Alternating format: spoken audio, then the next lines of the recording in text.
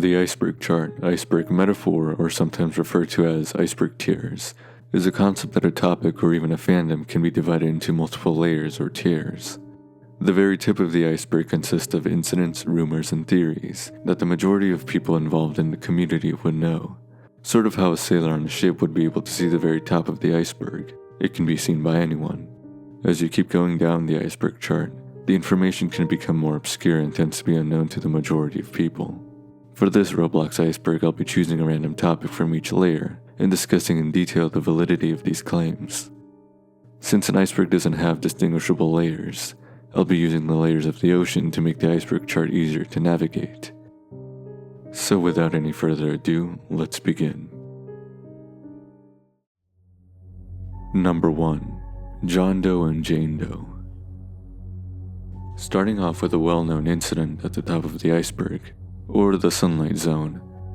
John Doe and Jane Doe are Roblox accounts created by David Baszucki and Eric Cassell. The names John and Jane Doe are commonly used to refer to an anonymous male or female. There were multiple rumors prior to the March 18th craze that occurred a few years ago. Some of these hacker stories claim that John Doe was mysteriously hacked or password guessed, and would return to Roblox every year to hack at least one Roblox account on March 18th. This specific date was chosen after John Doe was allegedly sighted on March 18th of 2016. What seemed to be nothing more than a small rumor was blown out of proportion during early March of 2017. Some Roblox channels started making videos about how John Doe will hack every Roblox account that's online on March 18th. Some notable figures during this time included Kazok in the community. It's generally believed that these two started the whole March 18th craze back in 2017. Many more channels started to hop onto this trend. This snowball effect only fueled these rumors. Many channels insisted that these rumors were true and went to great lengths to prove these claims, but many were false leads. And if you were really into the March 18th craze, then you'll probably remember Aware47623, a user named Greg, in a game called Mind Heist. These supposed clues and users were most likely just dead ends also.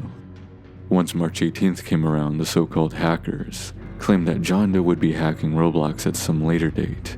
It wasn't until Roblox themselves finally stepped in to clear the rumors.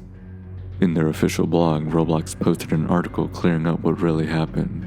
John Doe and Jane Doe were simply test accounts used during the early days of Roblox. This was also the reason why they were given the name John and Jane Doe, because they didn't necessarily belong to David Baszucki and Eric Cassell. These Roblox accounts apparently didn't have the power to ban or access other Roblox accounts. To this day, John and Jane Doe haven't been active, though Roblox has teased that it's possible we'll see the accounts active again. Number 2. Circle Studs Lawsuit. Now entering the water, we reach the Twilight Zone. The rumor goes that LEGO, the popular construction toy, allegedly sued Roblox for having blocks that looked very similar to the iconic LEGO bricks in the years between 2006 through 2009. This, however, upon further research, was completely false. Roblox was never sued by LEGO. This can be proven by researching the patents that LEGO has created for the design of its bricks.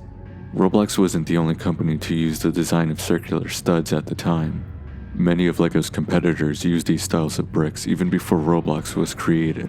Companies like Megablocks, Banbao, Kobe, and Creo all use circular stud designs for their bricks. The reason why LEGO does not sue these companies, or rather, they can't sue these companies to a certain extent, is because the patents that LEGO has filed have mostly expired, some of them dating as far back to 1978. There were news articles covering LEGO's attempts to sue its competitors in the mid-2000s. However, different courts weren't convinced by LEGO's arguments, and their cases were dismissed. This basically means that LEGO has certain patents to its locking mechanism and certain designs, but not the brick itself. Basically, any company can use this basic design, just like Roblox did in 2006. Number 3. Dynablocks. We are now entering the Midnight Zone. Before Roblox was released, two different names were originally considered. The first being GoBlocks. This was eventually changed to Dynablocks, and finally Roblox, was later chosen over Dynablocks, as it was an easier name to remember. The Dynablocks domain did exist, however, for a period of time, until Roblox was officially released to the public in 2005, and the domain Dynablocks.com would redirect to the Roblox website. However, today, the link only leads to an error 404 page. Many older Roblox clients were removed from the site. This was as a result of Roblox moving to new servers and removing many older clients.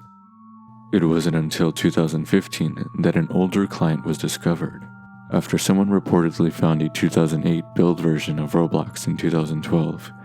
This started a long search for many lost and forgotten clients.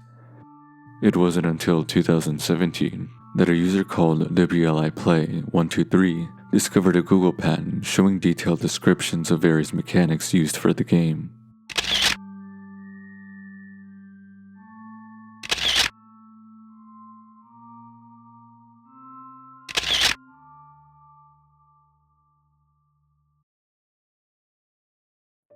Number 4.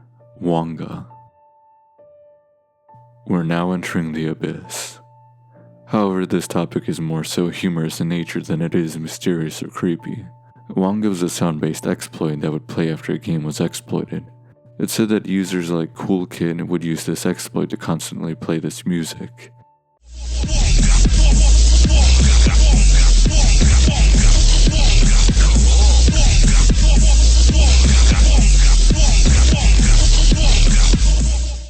While the tune itself is pretty catchy, the origins of the Wonga song is from an Envirophone ad, featuring a man who says Wonga at one point, which if you didn't know, Wonga is slang for money.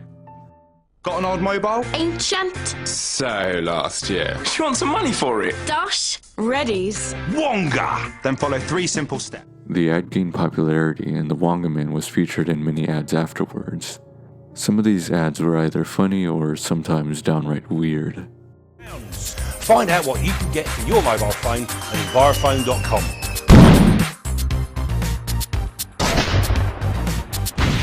Wonga! Number 5. Desdemona. Finally reaching the trenches of the iceberg, Desdemona was allegedly responsible for hacking and scaring many Roblox users during the years between 2010 and 2011. At first glance, this may simply be a creepypasta, but upon further research in the Roblox forum archives, there were various posts from Roblox players claiming that a user named Desdemona was sending them creepy messages.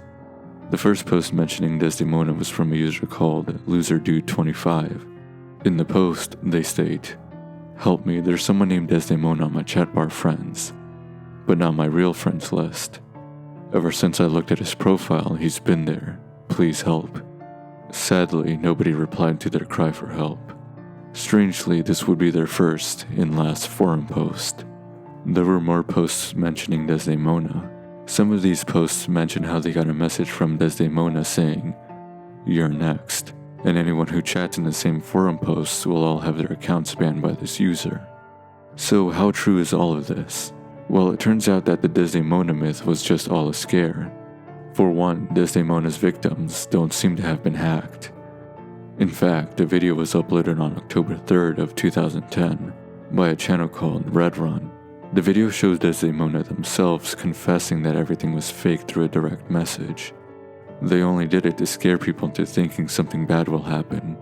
Their account has since then been banned, and Desdemona was soon forgotten into obscurity.